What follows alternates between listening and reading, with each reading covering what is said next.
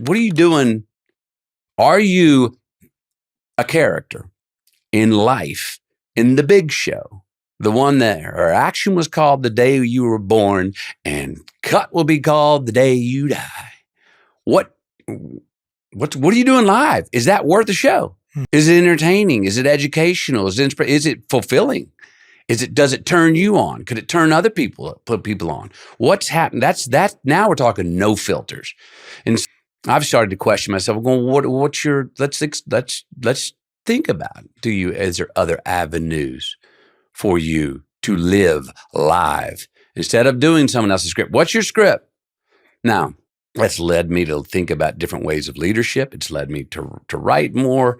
It's also led me to go on the hard days to give myself a little amnesty and go, dude, take a little wisdom from Bob Dylan. You are what you create yourself to be.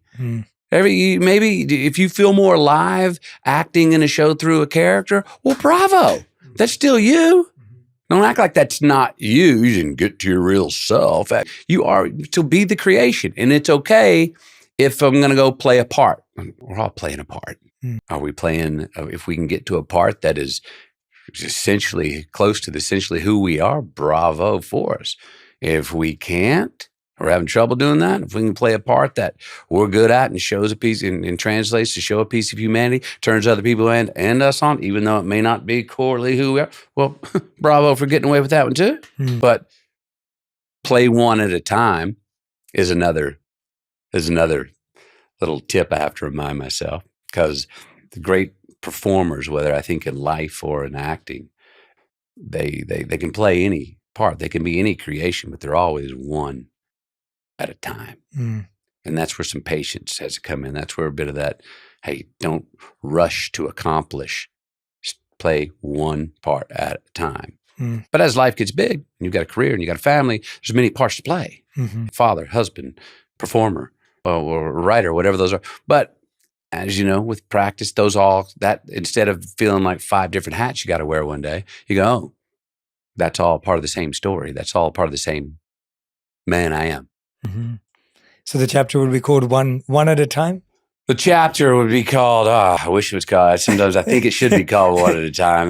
My long answer to what would the chapter be would be, I loved your answer. We've got I opened up 8 lanes to about 12 lanes.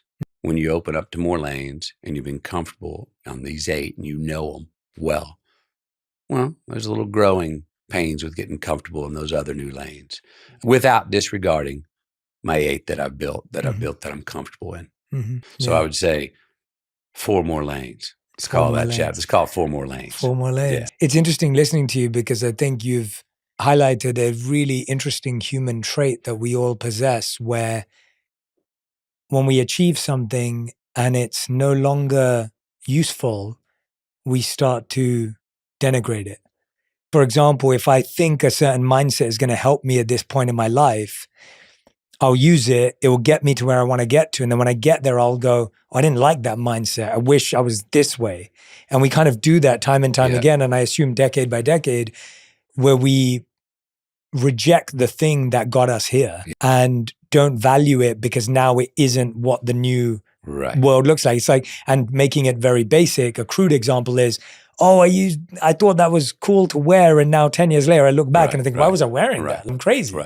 But think about that on an internal soul level of the mindsets we wear and the behaviors we wear. And like taking a moment, as you said, to give yourself that amnesty to say. Well, and to make sense of humor, the default emotion, when you look back and you're embarrassed of something you did that actually got you what you wanted, to go, to go instead of judging it, at least start off giggling at it. It helps with the amnesty. It also helps change a gear and go, oh, the realization of, oh, I wouldn't have learned that lesson if I wouldn't have been such an egotistical prick at the time, because I wouldn't have had the confidence to put myself in the situation to get humbled. You know what I mean? You can look at all the piles of shit we step in, and they lead to the clean water we get to drink from the well down the line, or the truth we figure out. It's I say that to mystery going forward, it's science looking back, you know, because we can all connect the dots to exactly where we are right now.